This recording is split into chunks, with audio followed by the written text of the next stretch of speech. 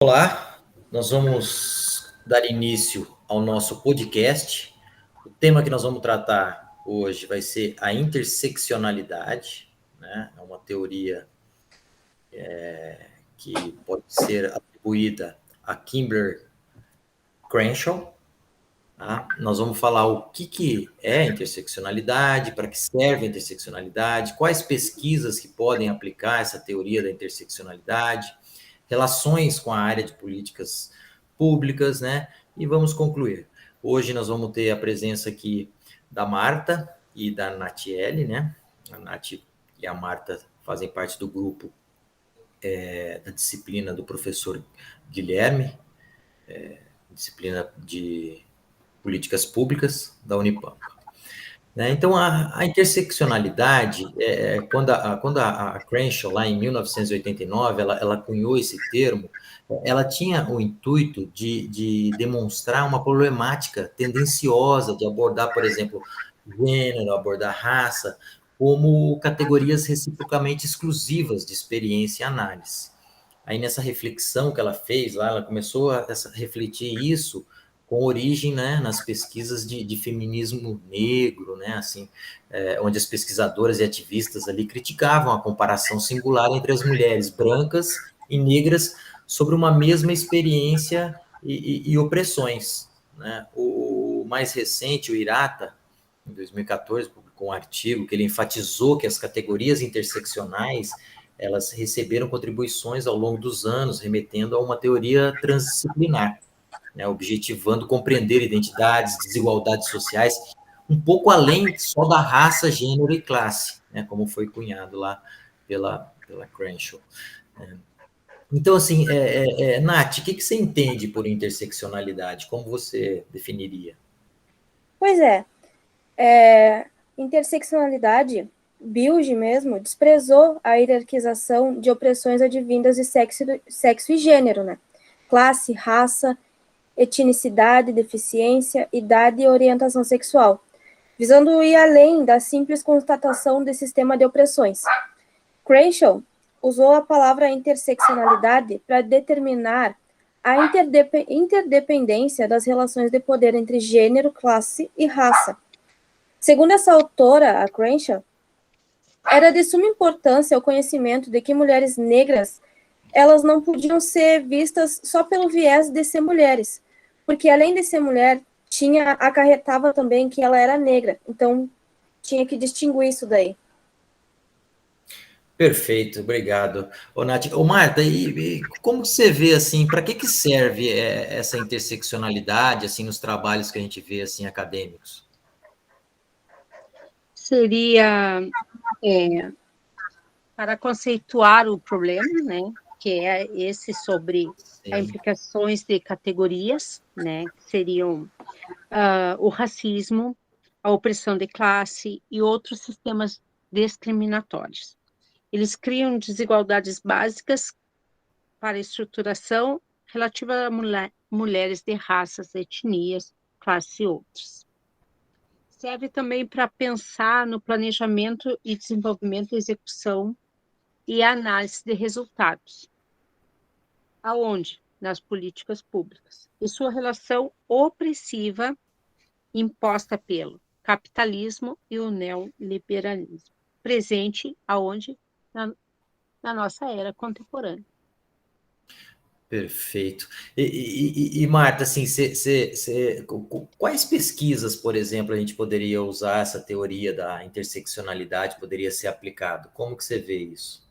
Eu acredito que seria para adentrar nas categorias opressivas, né, como foi falado anteriormente, como os colegas já falaram, tanto você como a Nath, e significa compreender a forma de construções. Essas construções seriam sociais, nesse sentido que para interagir aonde? No meio social. Seria também a utilização desse método de pesquisa para contribuir de forma efetiva na compreensão dos aspectos, tanto subjetivos como objetivos, e avançar no respeito no campo de administração e gestão pública. seria o método da história de vida de cada um, né? Tem como premissa a narrativa de histórias a partir dos registros escritos, como base em histórias individuais de uma vida inteira, a partir de sua coleta por entrevistas. Ah, Mediação em entrevistas, tá? perfeito, não, muito legal sua explicação, Marta. E Nath, você, como que você vê assim essa aplicação? Que tipo de pesquisa que poderia aplicar aí a essa teoria da interseccionalidade, né, evoluindo um pouco naquilo que a gente viu na disciplina do professor Guilherme, né, Wolves Neto, né, sobre políticas públicas? Como que você vê, onde a gente poderia aplicar também?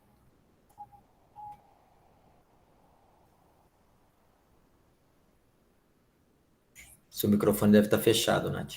Fechou, Nath. Isso. Perdão, perdão. Então vamos lá. Estudos sobre gênero e uma abordagem interseccional na literatura. Tem uma importância os estudos sobre o gênero e uma abordagem na literatura mesmo, porque é a fim de compreender as diferenças entre as táticas e estratégias cotidianas das mulheres pesquisadoras negras e das não negras. Tem diferença entre ser Ah, só mulher, branca, e quando é negra tem um peso a mais. legal, então uma pesquisa literária também faz sentido, né? Além do que a Marta falou já também, de ter ali, por exemplo, história de vida. Legal, muito legal. E seguindo assim na nossa proposta para hoje, para esse podcast, na nossa agenda, a gente poderia também ver essa relação com a área de políticas públicas, né? Então, assim, Marta, como que você vê essa relação dessa teoria da interseccionalidade com as políticas públicas e o que poderia ser feito, né, melhorado? Como tu mesmo comentaste anteriormente, na nossa disciplina de políticas públicas, o nosso professor, o Guilherme Holmes Neto, ele publica no seu artigo em 2020 sobre a importância, né, desse tema na política pública. Então, ele menciona que, somando todos os autodeclarados negros e pardos, chega-se a 3/4 da população, enquanto sua representação no Congresso é inversa, ou seja, é inversa esse valor. O autor, que é o professor, comenta que, pensadas a partir desse tema entre classe social, raça, sexo e gênero, a representação do poder é muito distante, diferente e mesmo antagônica do seu conceito. Configura-se assim como uma instância relativa, autônoma e desprendida da nossa realidade social.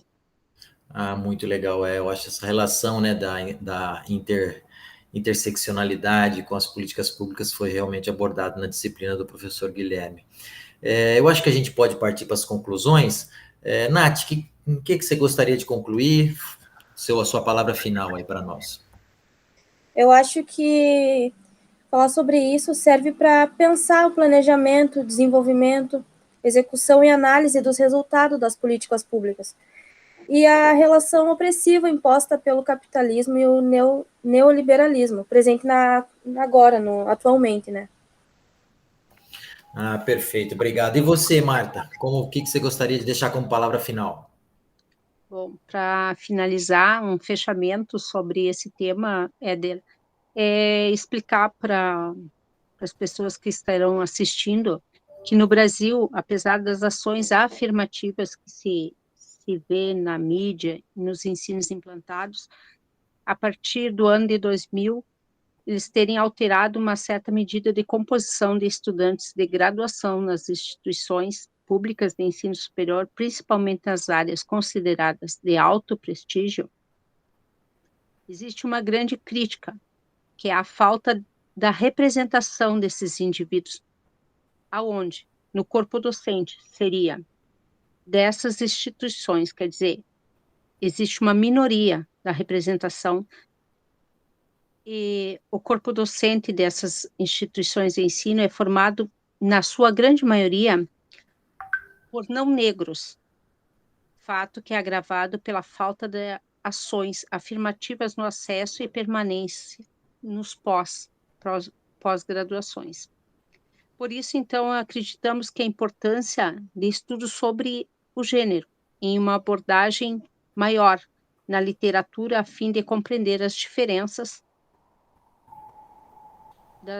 das estratégias, né, que eu havia falado, cotidianas, de mulheres pesquisadoras e não negras. Perfeito, agradeço.